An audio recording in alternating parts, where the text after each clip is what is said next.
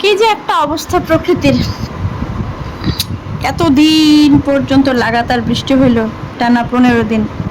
মাঝে 2-3 দিন গ্যাপ দিল, তারপর আবার বৃষ্টি 2-3 দিন, আবার 2-1 দিন গ্যাপ দিল, আবার এখন প্রতিদিন তো নিয়ম করে করে দুপুরের পরে নামছে তো নামছে। উফ, এত লং লাস্টিং বৃষ্টি আসলে ভালো লাগে না। বৃষ্টি আসবে একদম ঝরঝর করে ঝরে যাবে ঘন্টা 2-1, ব্যাস। দিন বেঁধে যে একবার ঝরতে থাকে এই বৃষ্টি, না আমার একদম ভালো লাগে না।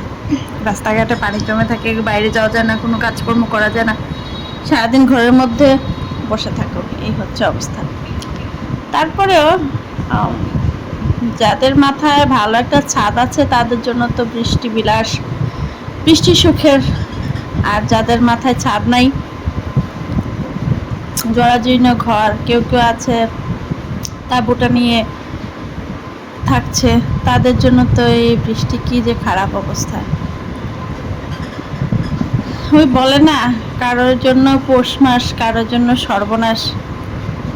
এই প্রকৃতির বিরূপ প্রভাবগুলো সেম, কারো পৌষ মাস, কারো সর্বনাশ। একটা কথাই আছে, কারো যদি লাভ হয়, কারো না কারো তো অবশ্যই লস হবে, সেটা নৈতিকভাবে হোক বা অনৈতিকভাবেই হোক। আপনারা কীরকম উপভোগ করেন বৃষ্টি? আমার কাছে ঝুম বৃষ্টি ভালো লাগে, বাট একদম দিন বেঁধে বৃষ্টি এগুলা ভালো লাগে না। আর বৃষ্টির দিনে একদম হাত পা গুটিয়ে বসে থাকতে তো আরও বেশি বিরক্তিকর লাগে।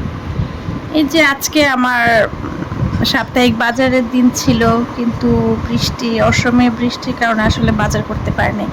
গেল 2 দিন বৃষ্টি হয়েছে দুপুরের পরে, কিন্তু আজকে বৃষ্টি শুরু হয়ে গেছে 11টার আগ থেকেই শুরু হয়ে গেছে বৃষ্টি। গ্রামের বাজার 7টা-8টার মধ্যে বসে শুরু, 9টার মধ্যে আবার শেষও হয়ে যায়, কিন্তু শহরের বাজার তার 7টা-8টার মধ্যে গেলে বাজারে তেমন কিছু পাওয়া যায় না। শহরের বাজারে বাজার করতে হলে অবশ্যই 9টার পরে যেতে হয়। 9টার পরে গেলে তো বাসায় নাস্তা পানি আছে, বাসায় মানুষ আছে 5-6 জন মানুষ, ওদেরকে নাস্তা পানি খাইয়ে সব কিছু গোছগাছ করে বাজারে যেতে যেতে 11টা তো বাজে। 11টা বাজতে বাজতে আবার বৃষ্টি। তো মাঝে মাঝে কিছু আগাম অ্যারেঞ্জমেন্ট করা না থাকলে এই হঠাৎ করে যে এই সিচুয়েশনগুলো হয়, এগুলো আসলে হ্যান্ডেল করা বড় মুশকিল হয়ে যায়। আমার ক্ষেত্রেও সেম। আমি আবার মাঝে মাঝে করি কি, কিছু এমন কিছু জিনিস যেগুলো আমি ডিপ ফ্রিজে ফ্রোজেন করে রাখি, যে হঠাৎ কোনো অসময়ে কোনো ঝামেলা যদি হয় তাতে আমি কাজে লাগাতে পারি। কিছু ডাল থাকলে সবচেয়ে ভালো, বিশেষ করে মসুর ডাল। মসুর ডালটা থাকলে সবচেয়ে ভালো। মসুর ডাল বিপদে, আমার মতে মসুর ডাল হচ্ছে বিপদের বন্ধু। আপনাদের কাছে কি মনে হয়? এই যে আমার খাওয়া দাওয়ার ভিডিও আসলে আমাদের আশেপাশের অনেকে বেশি একটা পছন্দ করে না। খাওয়া দাওয়া ভিডিও একবার হেলদি দেখায়, একবার আনহেলদি দেখায়। এখন কথা হচ্ছে, আমি তো আর বাসায় সব সময় আমি যে হেলদি খাবার খাওয়ার চেষ্টা করি, এগুলোতেই শুধু আমি শেয়ার করি না। আমার বাসায় আমি রেগুলার যা রেডি করি, হেলদি আনহেলদি সব কিছুই। আমি যে সেদ্ধ খাবার বা যেগুলা খাই, ওগুলা তো আর বাসা সবাই খেতে পারে না, সবাই খায় না। তো আমি আমারগুলো শেয়ার করি, প্লাস সাথে আমি বাকি সবার জন্য যেরকম রান্নাবান্না করি ওগুলোও শেয়ার করি। এখন এতে নাকি অনেকের হাসি পায় যে একবার হেলদি দেখাই আবার আনহেলদি দেখাই। এখন সবাই তো আর হেলদি খাবার পছন্দ করে না। অ্যাকচুয়ালি আমিও হেলদি খাবার বেশি একটা পছন্দ করি না। কথা মানে সাফ কথা যেটা, সেটা হচ্ছে হেলদি খাবার না আসলে ওরকম টেস্ট হয় না। আর খুব বেশি এফোর্ট দিলে তো যদি একটু টেস্টের নাগাল পাওয়া যায়।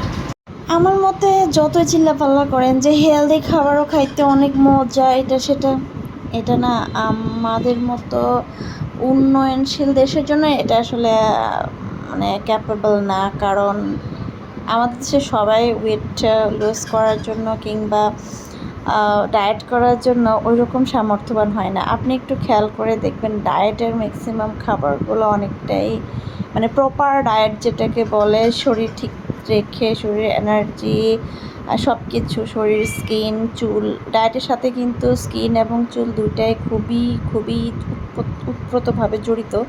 ডায়েটে কোনো হেরফের হলে চুলের কন্ডিশন খারাপ হয়, স্কিনের কন্ডিশন খারাপ হয়, যার কারণে অনেক কিছুই আসলে খেয়াল খুশি মতো ডায়েট করা যায় না, সব ডায়েটই ট্রাই করা যায় না। তো এটা হচ্ছে আমাদের দেশে একটা বিরাট আমি আমার মতো সমস্যাই বলবো এটা, কারণ ডায়েট খালি করলেই হবে না, ডায়েটের জন্য উপযুক্ত প্রোডাক্টও প্রয়োজন আছে, তার উপরে মন মানসিকতাও আছে। আসলে 5-6জন মানুষের জন্য আপনি একরকমের রান্না করবেন, তার উপরে 5-6জনের মধ্যে আবার 2-3জনের ভাগ আছে, এটা খাবে না, ও ওটা খাবে না, এর জন্য আলাদা রান্না করো, ওর জন্য আলাদা রান্না করো। এত কিছু করে তারপরে নিজের জন্য আলাদা কিছু করতে পারাটাও একটা ঝামেলা। শরীরে এনার্জিটুকু থাকতে হবে, আর সবসময় করা হয়ে ওঠে না। প্রায় সময় দেখা যায় নিজের শরীরে অলসতা লেগে যায়, কোনো একটা এত কিছু করার পরে যে নিজের জন্য কিছু একটা করবো, ওইটা আসলে চিন্তা করে হয়ে ওঠে না। দেখা যায় যে থাক, এখান থেকে অল্প একটু খেয়ে নিই, অল্প একটু খেয়ে নিলে কিছু হবে না, এরকম করে করে আসলে ডায়েটের প্রতি সবার এত নজর দেওয়া হয় না, যেটা আসলে খুবই সমস্যার।